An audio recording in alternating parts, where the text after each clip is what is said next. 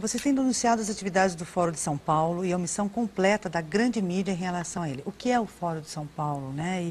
E qual a ligação do PT e do presidente Lula com ele? Pois é, o Fórum de São Paulo é algo que o professor Olavo vem alertando há muito tempo nos artigos dele no Globo e outros jornais. E o Mídia Sem Máscara procura informar mais o leitor a respeito do Fórum de São Paulo, já que as colunas do professor Olavo são, enfim, são limitadas em espaço. O Fórum de São Paulo é uma organização internacional, fundada pelo Partido Comunista Cubano, em iniciativa de Fidel Castro com o presidente Luiz Inácio Lula da Silva, como um plano de implantar o comunismo na América Latina, e de maneira coordenada com diversos organismos internacionais da pior espécie, como, por exemplo, as Farc colombiana, ELN, MIR e outras instituições, agindo de forma internacional, ou seja, são as diversas soberanias nacionais que esses grupos comunistas assumem nos diversos países latino-americanos, se reportando a uma instituição supranacional, que é o Fórum de São Paulo, para implantar um regime político da pior espécie, que é o regime comunista, enfim, né? Então, em linhas gerais, é isso o Fórum de São Paulo, né? O Fórum de São Paulo, que pelas últimas contagens, é que tem 84 organizações filiadas. Algumas delas são partidos legais, como o próprio PT, o PDT, o PPS, etc. Outras são entidades criminosas. Quer dizer, é um órgão sui generis, porque tem ali entidades legais e ilegais, todas articulando uma estratégia conjunta. Quer dizer, só isso já mostra a ilegalidade do conjunto. Porque se amanhã, por exemplo, vamos supor que eu sei lá, sou candidato a vereador, tá certo? E eu articulo a minha candidatura com o Fernandinho Beiramar, mesmo que eu não esteja recebendo nenhum dinheiro dele, mesmo que eu não tenha nenhuma participação no negócio sujo dele. A simples parceria política com a delinquência já é delinquência. Então, isso ninguém tem noticiado, o pessoal tem varrido isso para baixo do tapete. Agora, é curioso porque o Fórum de São Paulo, independente da nossa opinião sobre o Fórum de São Paulo, é uma entidade importante, supranacional, fundada por duas pessoas muito importantes, Fidel Castro e Lula. E cadê a mídia nacional debatendo sobre isso daí que é tão importante? Sem dúvida, sem dúvida. Quer dizer, só por isso você percebe que há notícias sendo ostensivamente escondidas do público. E os objetivos do fórum não somos nós do Mídia Sem Máscara que estamos dizendo que são esses. Eles constam todos em atas. Exatamente. Eles afirmaram isso. As atas estão no Mídia Sem Máscara. Inclusive, a maioria das atas disponíveis na internet brasileira estão somente no Mídia Sem Máscara. Eles mesmos publicaram as atas. Não somos nós que estamos dizendo que eles vão implantar o comunismo. Publicaram... Eles tinham um site deles, do Foro de São Paulo. Sei, forosaopaulo.org. Aí eles ficavam sempre as atas. Daí eu lia aquele negócio, porque eu não sou bobo, eu vou me informar. E lia e comentava aqui no Globo. De tanto eu comentar, começou a dar na vista, daí eles sumiram com o site, esvaziaram o site. E 6 meses depois voltaram com outra versão já expurgada, já tiraram as partes mais comprometedoras. Mas enquanto isso nós já tínhamos copiado todas as atas. Então hoje nós temos uma versão completa das atas do Foro de São Paulo, uma parte em português, uma parte de 1990. 1990, exato. São 14 anos já.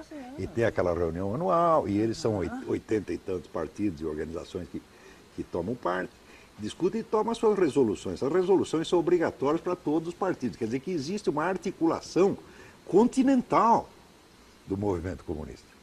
E isso está lá tudo nas atas. Tá entendendo? E como é que uma coisa deste tamanho pode ser escondida durante tanto tempo? Você vai dizer que o sujeito da mídia, o chefe da redação, que esconde uma coisa dessa, não sabe o que está fazendo. Eu digo, mas eu não nasci ontem, não somos idiotas. Quer dizer, idiotas somos todos, de nascença. Mas não tanto, não precisa caprichar tanto. Tá vendo?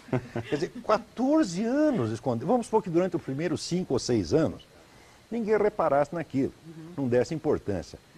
Mas aos poucos foi crescendo. Por exemplo, o Lula, alguns meses antes dele subir à presidência, ele ainda era o presidente do Foro de São Paulo. Ele presidiu o Foro durante 12 ou 13 anos.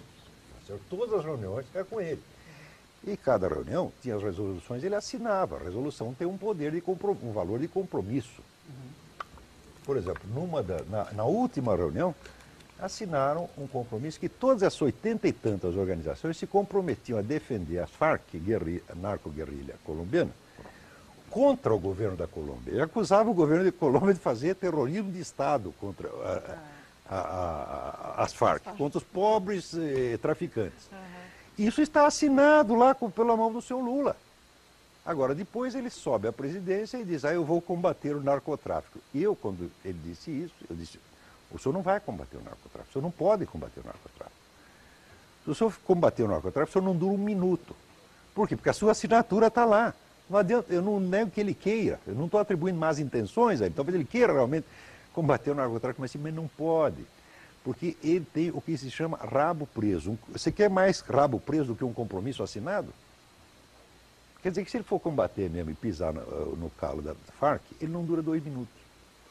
Tinha um pessoal do Partido Socialista Colombiano que apoiava antigamente a Farc, retirou o apoio, a Farc esperou uma festinha lá do partido, foi lá e matou toda a liderança no mesmo dia. Então, quando o Lula diz, não, esse pessoal do narcotráfico, como diz, ele tem bala na agulha, tem café no bule, ele sabe o que eles mandam nele. Ele não está livre para agir. Não estou colocando em dúvida a honestidade dele, não é este o ponto. Eu estou dizendo, ele pode querer fazer a coisa certa, mas ele não pode. E o Eduardo, ele explicou que começou, então, esse Foro de São Paulo, com uma união dos líderes, seria isso, da América Latina? O líder dessas instituições ideológicas seria de esquerda. Cuba com Fidel Castro, Lula aqui, Venezuela também, Cuba, Venezuela, envolvido Colômbia. Diversos partidos de esquerda, desde a Argentina até o México. Todos os partidos de esquerda, todos eu não diria, mas a grande maioria está lá. A grande maioria está lá. E o curioso é que a mídia não se manifesta, a grande mídia, né, não se manifesta a respeito disso, nem para dizer, olha, Foro de São Paulo é uma coisa desprezível, você não precisa, não vamos nem ligar para isso. É mentira. Simplesmente não... É porque já que o Olavo está denunciando há tantos anos, está falando, está colocando... Você não encontra nunca alguém dizendo, dando uma justificativa, falando não. Tem uma coisa de desonestidade aí. Né? Você veja, a desonestidade chega ao ponto, né, numa coisa tão absurda. Por exemplo, na última eleição você tinha 4 candidatos. 3 deles pertenciam ao Foro de São Paulo. O PDT, que era o Ciro Gomes, né? Não, perdão, Garotinho, pertence ao Foro de São Paulo. O PPS, que era o Ciro Gomes, pertence ao Foro de São Paulo. E o PT. Ora, existem resoluções do Foro de São Paulo, já de anos atrás, que colocam como prioridade para todo o foro eleger o Lula presidente da República do Brasil. Então, como é que o sujeito assina um compromisso de eleger o Lula presidente e no dia seguinte ele se apresenta como candidato fazendo de conta que é concorrente?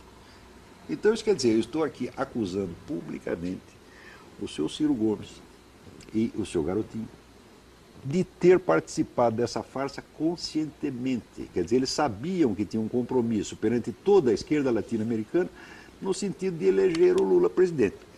Então vão lá para servir de sparring. Você está entendendo? Como no boxe, tem um sujeito que está lá só para apanhar. E depois de apanhar, ele é premiado, como o seu Ciro Gomes foi premiado com o Ministério. E depois, ainda, a nossa mídia tem a cara de pau de dizer que foi a eleição mais transparente da nossa história. Foi a eleição mais opaca, porque ninguém neste país ficou sabendo da coisa principal com relação à eleição. Então é uma situação muito anormal que está acontecendo. Mais dia, menos dia, isso tudo vai ter que vir à tona. Tá certo? Eu não vou dizer que as pessoas vão nos ouvir agora e todo mundo vai acordar. Não é assim. Tá certo? A nossa audiência também é limitada, não é tão grande assim. Mas é absolutamente necessário que este país, se ele quer ter uma democracia, tá certo? Ele aprenda que é preciso ter a informação certa. Sem isso não tem democracia. O problema que a gente tinha que pensar, na verdade, é se perguntar o seguinte: por que razão é que tem que o Brasil ter 5.570 municípios, sendo que a maioria é uma mera ficção financeira? No entanto, o debate sobre as razões que impedem que o Brasil tenha mais racionalidade na constituição da sua repartição, digamos, administrativa, territorial, nunca são tocados. Quer dizer, Maurício, que o problema aí não é só que está havendo uma drenagem de verba, vamos dizer, ilegal nas prefeituras, mas a existência das prefeituras já é uma drenagem. É completamente absurdo. Por exemplo, há municípios no Paraná com 2.500 habitantes, que é mais ou menos a população de um conjunto residencial grande em São Paulo, assim, digamos. Os números, o Eduardo Janete da Fonseca, um economista de São Paulo, fez um estudo há muito tempo, mostrando que a maioria dos municípios vivem exclusivamente do Fundo de Participação dos Municípios, quer dizer, vivem da mesada que o governo federal lhes dá. E por que é que nós temos que ter todos esses municípios? Veja, os Estados Unidos, que têm o mesmo território continental que o Brasil, tem perto de 3 mil, lá chama-se comarca, né? Counties, aqui seria alguma coisa como condado. Eles têm 3 mil municípios, porque nós temos que ter 5.570. Quer dizer, o fato de que não se toca no assunto verdadeiro, criam-se municípios que são ficções, cada um tem que ter um prefeito, cada prefeitura tem que ter meia dúzia de secretários, tem que ter não sei quantos vereadores, se eu não me engano, são o número mínimo é 12 ou 13, e esta coisa toda custa uma enormidade sem que se possa realmente debater este fato em si. Ou seja, há um terreno sacrossanto dentro do qual não se adentra, e fica-se então debatendo se devia punir o prefeito que não cumpriu com suspensão dos direitos políticos, ou se obrigar o sujeito a pagar com o dinheiro dele. Tudo coisa romântica que nunca vai sair do zero. Quer dizer que mesmo que os 5 mil e tantos prefeitos fossem honestíssimos e cumprissem com toda a lei, ainda assim o Brasil estaria perdendo. Exatamente, não faz nenhum sentido, o sistema todo é ilógico. No entanto, a mídia faz um absoluto silêncio com relação a isso. Ninguém consegue pensar no problema verdadeiro. É esse tipo de debate que nós vamos fazer aqui, uma vez por mês, provavelmente, debatendo aquilo que aconteceu no mês anterior e que deve ser levado à reflexão dos senhores. Maravilha. E o Luiz Carlos do Centro também pergunta qual a influência, agora eu não sei se o nome está de Antônio Gramsci, é Gramsci? Gramsci, nos partidos comunistas. Antônio Gramsci, ele foi o fundador do Partido Comunista Italiano e era talvez o melhor cérebro que tinha naquilo. E ele já na década de 30, ele tinha a ideia de que aquele método insurrecional e violento usado na Revolução na Rússia não ia funcionar na Europa Ocidental. E de que na Europa Ocidental, nos países mais desenvolvidos, a revolução tinha que ser feita por dentro. Isso é, você ocupa o Estado por meios constitucionais, meios legais, e daí você vai de lá de dentro bagunçando a coisa. Mas antes mesmo de tomar o Estado, você precisa tomar os órgãos de cultura, as escolas, jornais, etc, etc, para que antes de você anunciar que vai implantar um regime socialista, todo mundo já seja socialista sem nem saber o nome, tá certo? E ele cria então essa estratégia do que ele chama de revolução cultural, que precede a revolução política. Nós podemos dizer que no Brasil, a revolução cultural, isso é a inoculação de um vocabulário socialista, de valores socialistas, símbolos socialistas, em toda a cultura, já estava pronta e já estava vencedora há mais de 10 anos atrás, tá certo? Então todo mundo vai aceitando isso. A ideia do Gramsci era que todo mundo aceitasse isso como uma coisa tão natural que ele diz que a autoridade do Partido Comunista, do partido que conduzisse o processo, ele diz, seria onipresente e invisível como um decreto divino, que você obedece sem nem saber o que está obedecendo. Isso é a expressão do Gramsci. E em muita coisa você vê que isso já está acontecendo no Brasil. O Gramsci é o teórico mais importante do comunismo, né, depois de Lenin, Stalin, etc. Né? E no Brasil é tremendamente influente. É talvez o autor mais citado em teses universitárias no Brasil. A Universidade Brasileira se transformou num templo devotado ao culto de Antônio Gramsci. Só se ensina, tudo que se ensina é baseado no Antônio Gramsci. Agora, o pai e a mãe que tem o filho na universidade nem sabem disso. E o filho que está lá na universidade recebendo tudo isso, ele não sabe que isso é pregação política. Isso para ele é a natureza das coisas, é o conteúdo da matéria que está sendo ensinado. Se não há alternativa, se não existe confronto, você não fica sabendo exatamente onde você está. Você vê, um time de futebol, o que seria um time de futebol que entra no campo sem ter outro time do outro lado? O que ele vai fazer lá? Eu digo, olha, vocês estão mais ou menos assim, não sabem nem o que estão fazendo no campo. Eles têm que ter a confrontação. Tá certo? Não essa falsa confrontação, como disse o Edward, da esquerda com a esquerda mesmo. Não, tem que ser total, tem que haver total para que o pessoal de esquerda coloque as suas posições, o pessoal, e todas as faixas de esquerda e todas de direita tem que estar presente, o pessoal tem que conhecer tudo. Por quê? Porque isso aí ninguém é o dono da verdade. Já dizia São Tomás de Aquino, na verdade é filha do tempo. Quer dizer, precisa ter muita gente, né? Ou a Bíblia disse, quando você tem mais conselheiros é melhor para você. Porque você ouve todos e depois você tira a sua conclusão. Aqui, o telespectador, o leitor do jornal está sendo privado desta oportunidade.